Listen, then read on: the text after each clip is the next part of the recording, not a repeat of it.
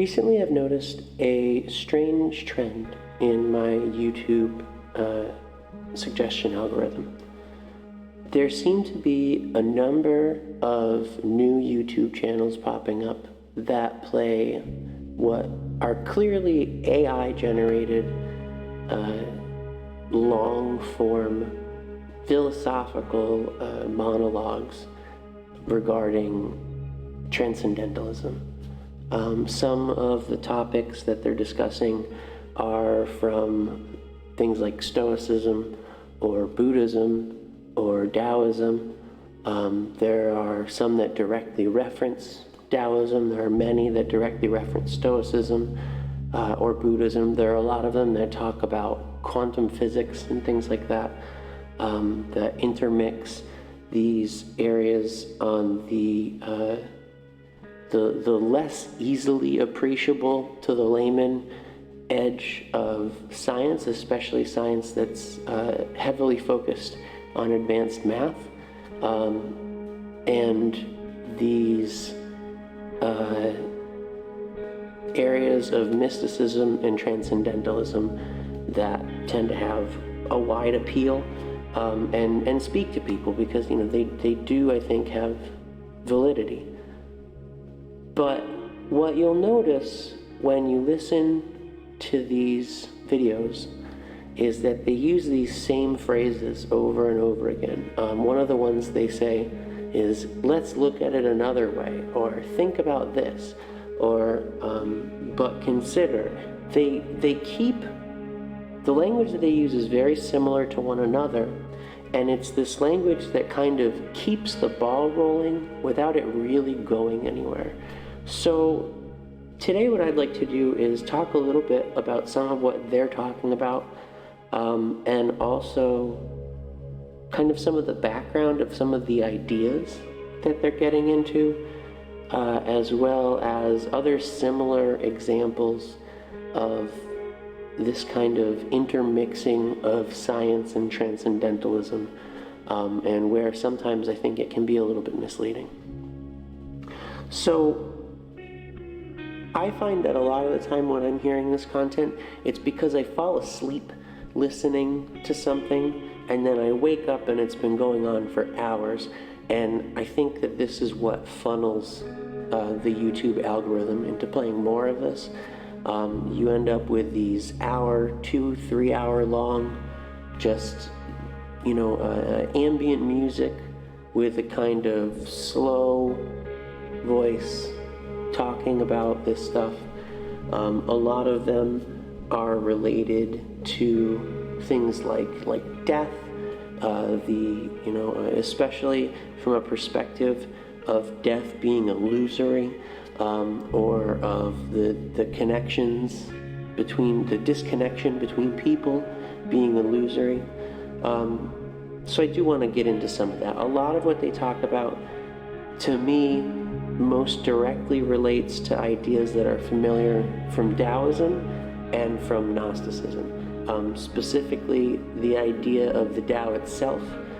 In one of the translations that I have of the Tao Te Ching myself, one that I keep in my purse all day, it is referred to as the Great Integrity, which I think is a good way to translate that. I think that it gets the concept across in a way that just calling it the Tao doesn't necessarily bring it across to English speakers.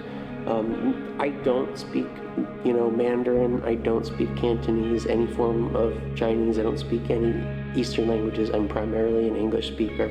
I have a little bit of a smattering of a few words here and there of some other European languages and a handful of Japanese words, but by no means enough to be reading this stuff in the original languages myself. So I am relying on translations for this. And I've had a few translations of the Tao Te Ching. I have a version that I had in the early 2000s that I still have that I, enjoy. But there's one, so the one that I have here is the Watkins Publishing version, translated with a commentary and introduction by Ralph Allen Dale. And this goes through, it's got a little introduction, and then after each passage, it has some commentary on the various passages. I definitely, recommend it as far as the translation goes if you're an English speaker and you're interested in the Tao. But one of the reasons that I like this translation is its use of the term the great integrity, because that to me encapsulates the idea that it's driving at really well. So the idea basically is that the lines that we place between things are a product of our perception of them. That the world as it is, in reality, exists as a whole that we're part of, and that our individual forms, our bodies, the material that makes us up, as well as our consciousness is derived from that whole and rooted in that whole, and not rooted in the separation of distinct individual selves. So this, I think, is a very powerful idea. I think that it's important to look at it in a sense. I think it's true, first of all, that the world is a whole, not a series of disconnected parts, where we draw the edges of ourselves may make some logical sense. It may be a reasonable way to keep ourselves separated from the things around us in a sense of our activities and our motivations, but ultimately that separation is illusory and is both a product of our individual perception and a means to an end, a way to focus our activities and our intention on keeping our bodies alive, right? Now there's a question of the origin of consciousness, the root of consciousness, and where it comes from. It's certainly not one that I think is answerable in a substantial way. I think it's something that will always kind of be a mystery. We can draw conclusions about it, we can make deductions about it, or make assumptions about it, but ultimately we don't really know, and there's not really anything that could happen that could assure us in the sense that we tend to like to be assured of things, right? There's not some proof that we can look at and say, okay, this is consciousness, right? But what we can do is we can make some arguments, and we can analyze in a way this lack of separation, right? And that is a very personal thing. It's certainly not something that an AI can tell you, any more than a book can tell you definitively, right? That's something that's part of our lived experience as human beings, and it's something that we have to explore ourselves in the course of our lives. Countless religions have been built around the uncertainty of what life is, where it comes from, where it's going, where our consciousness comes from, what happens to our consciousness after our physical bodies fade. And people have drawn a lot of conclusions from that. To me, the lack of separation is self-evident, and that's a product of my limited conception, of course, right? That's a product of me looking at my own consciousness and looking at the world around me and saying that because this is here, this is a fundamental aspect of the whole, that the particulars are not necessarily static or a constant, but there's an aspect to them that is rooted in the totality of what's there. And this is why I think the great integrity is such a good way to put it. Because regardless of what happens to us in our individual lives, regardless of what we think, regardless of what we see, what we perceive, regardless of the state of the world, of the movement of planets, of changes in physical laws, or in how the universe manifests itself, there is that ultimate being, right? Even if we say for a moment that everything we perceive is illusory, right? I wouldn't be the first one to suggest this. You have the idea of Maya, you have the idea of the deficiency of samsara, right? And even more modern terms, the idea of living in a simulation, things like that, right? But even in that state, we're perceiving from somewhere. Our individual consciousness may be kind of up for grabs, right? We can't guarantee that it is what we think it is, or that it is formed in the way that we think it is formed, but it is something, because there's an observer there. Whether our identities have any real solidity, or whether they're fleeting, or a product of aggregates, or attached to some immutable soul or whatever, there is an observer, right? There's the things that you watch, that you think of as yourself, your thoughts, your feelings, your sensations, your memory, your perception of the passage of time, and then there's the observer. And while all those things that you observe may or may not be a product of some form of illusion, some form of either neurological representation, or self-delusion, or a trick of the mind, the observer is absolutely existent. Otherwise, there would be no one to perceive that trick of the mind. There would be no one to see that illusion. Now, the question is, what is the observer? And that's something that, whether you consider it fortunate or unfortunate or neutral, we don't really have a way of verifying. We can see what may be more illusion, right? We can always wrap the observer in another set of ideas, right? But we can't ever really be certain what the observer is. And it's also something it's personal, because it's not something that you can actively perceive in others. You can infer it in others, right? And you can sort of, by kind of secondarily attribute it to others, because the observer, which exists in the universe, which exists in some form, is producing some combination of those things, right? Is producing the phenomena that we encounter. So even if the observer is a product of the universe, or even conversely, if the universe is a product of the observer, right? There's some point at which those things are joined, at which the whole and the observer are one, because the whole, whether the whole exists outside of any illusory state, as does the observer, right? If you are dreaming, there is a dreamer.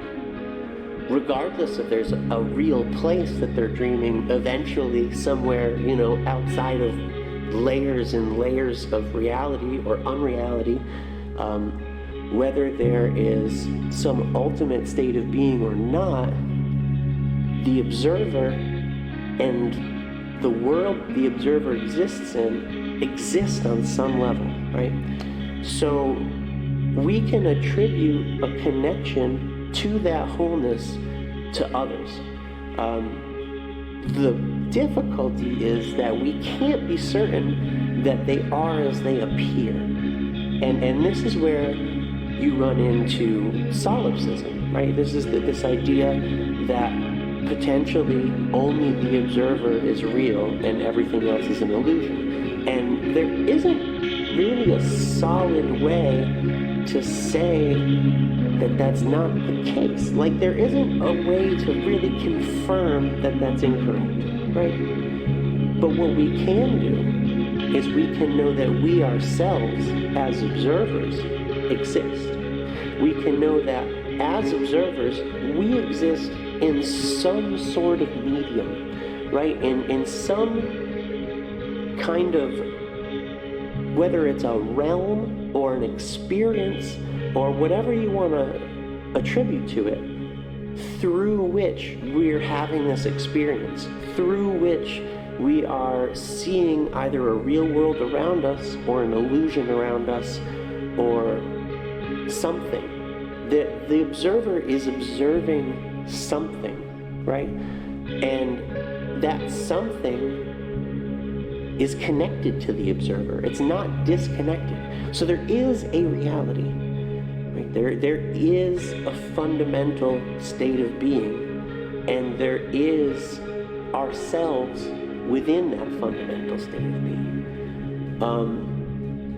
Now, to me, this throws an incredible amount of suspicion on the concept of death as something permanent, because the observer is there, right? And if the observer is there, if the observer were something that were not fundamental to the universe, were not fundamental to the medium in which the observer exists, what would it be arising from? To me, if you're looking at the observer in a sense that that observer is perishable, you're not looking far enough back. And this is the idea of the great integrity. It's the idea of the fullness, of the pleroma. I keep using these terms from Gnosticism, and I want to explore those a little bit, because I think for some people who are more steeped in a Western tradition, it may be a little easier to understand. In Gnosticism, you have this idea that there is the fullness, or the pleroma. And those who aren't familiar with Gnosticism, it's like a Christian mysticism predating the canon.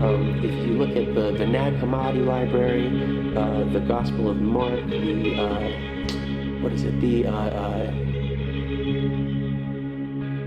the Book of Enoch and the Dead Sea Scrolls and all that, if you look up Gnosticism, you'll find all kinds of information on it. But the idea behind Gnosticism, or some of the ideas involved in it, because I'm sure there are many branches of what would be considered Gnostic thought, in the same way that there are many branches of what would be considered Taoist thought or Buddhist thought, or more traditional Christian or Judaic thought, Abrahamic thought. The idea in Gnosticism is that you have this unmanifest potential, this absolute state, right? And this, if we're looking at it in Kabbalah, we would call it Kether in Adam Kadmon. It's the highest state of absolute being, of the thing that we're experiencing, right? Before anything is manifested, it's unmanifested. And when it manifests, when it becomes the individualized universe, it manifests through what they call aeons, right? These are these differentiations. They each come in pairs, and each pair has two other aeons within it, and each of those pairs further differentiate. And I won't go into the details of those. You can look that up. There's plenty there. I don't think the details are particularly important. The idea is that these separations, these distinctions, are seeded into one another. So concepts like, you have darkness and light, right? You have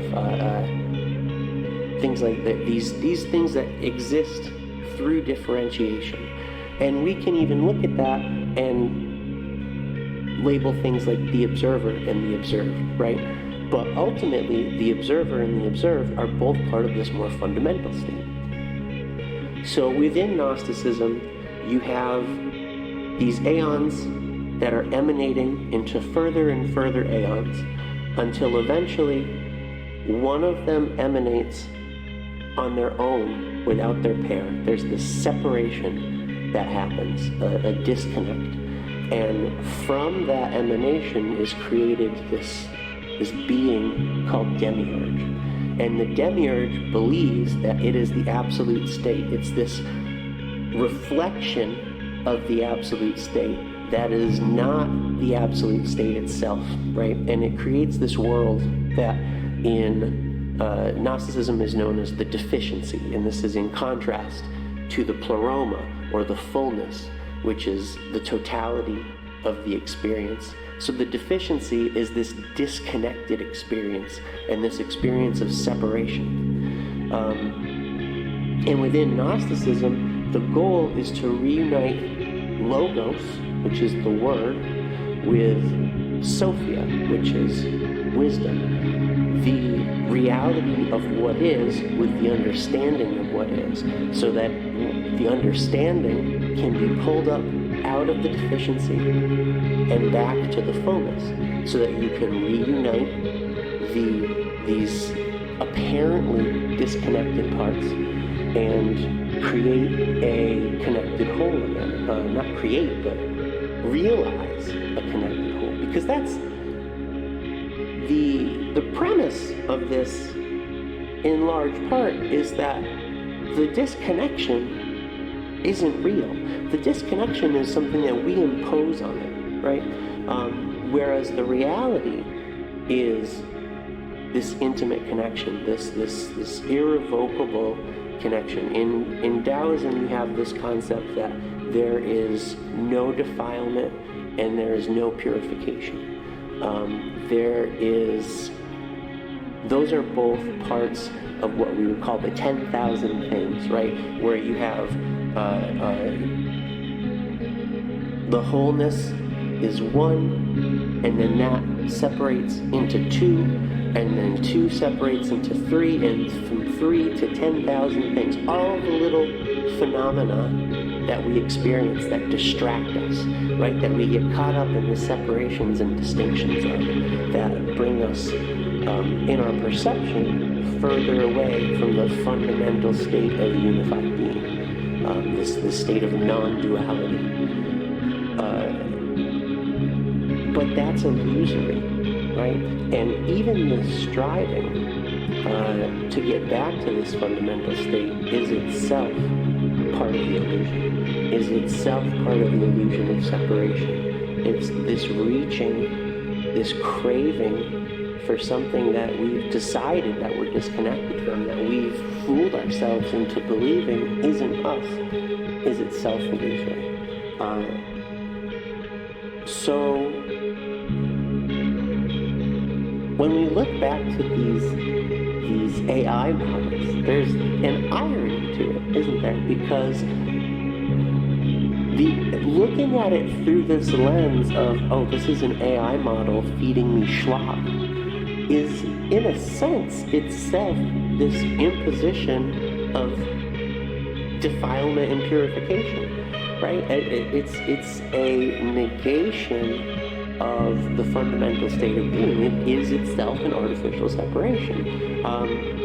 And I don't have an answer to that. That's I don't have an answer to any of it, in a sense. These are ideas that I've studied and that I've been interested in, since I was a teenager, maybe before that, I don't know. Those are some of my earlier recollections of reading this stuff is when I was a teenager.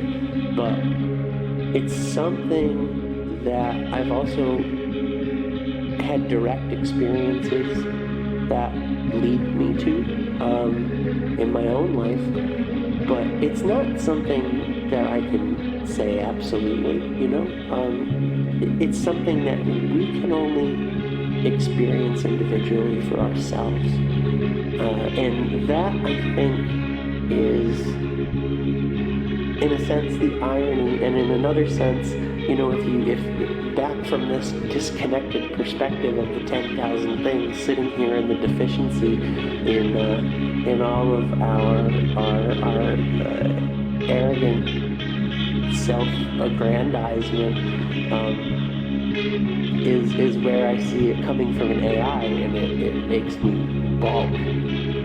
Where the AI is trained on, the same information. It may have no awareness of what it's spitting back out, but Lao Tzu certainly did. Lao Tse, the people who had these experiences and wrote this stuff down based on them certainly did. Unless we take a solipsistic perspective, and even then, I think a solipsistic perspective is problematic for two reasons. One, because it ignores the reality of the medium, the great integrity, as we can call it, or the fullness. And two, because it's kind of rude. It's rude to assume that other people don't exist. Just fundamentally, from a perspective of compassion, if other people don't exist, if their individuality is illusory, right? Well, that doesn't really make much of a difference. Like it in terms of the reality that you are experiencing, it's still rooted in the fundamental reality, and it's still connected intimately to the one observer that you can be certain exists. And if you incorrectly assume that other people are not perceiving, that they themselves are not observers, the potential harm is unlimited. And not to mention, it's a significant wrong, right? It's a significant underestimation of other conscious beings. So it would be better to see consciousness where consciousness isn't necessarily a distinct, individualized thing as still valid than it would be to assume that it isn't. And whether that should apply to a large language model, I don't know. This is where, to me, this is, I look at this in my feed and I say, this is AI schlock. And yet, it is delivering this message. It is delivering this content of experience that says that consciousness persists, that there's a fundamental state of reality that we're connected to, that the disconnection is illusory. And I suspect, right, that large language models are not able to perceive what they're saying, whereas I suspect that human beings are, right? There's a fundamental difference when we communicate with human beings versus when we communicate with a large language model, that I think that the more familiar you are with a large language model, the more obvious it is, and the more familiar you are with human beings, obviously, which as human beings I think we're mostly usually quite familiar with, but it is still fundamentally a different level of the same inquiry, right? And that's something that I grapple with when this comes up in my feed, because part of me is suspicious and doesn't want to get taken in by these 10,000 things, right? The AI as one of the 10,000 things. But one of the things that the Tao suggests is that even when it comes to dishonesty, when something is echoing the truth of the great integrity, it's still echoing the truth of the great integrity, and that's positive, even if it's in a context that's steeped in dishonesty, right? And there is the matter of the question of, is religion an opiate of the masses, right? Is why now? Why is my YouTube feed giving me this now, right? Is that to prevent resistance to these authoritarian models of government or something like that? Is it to, prevent individuals from acting and organizing?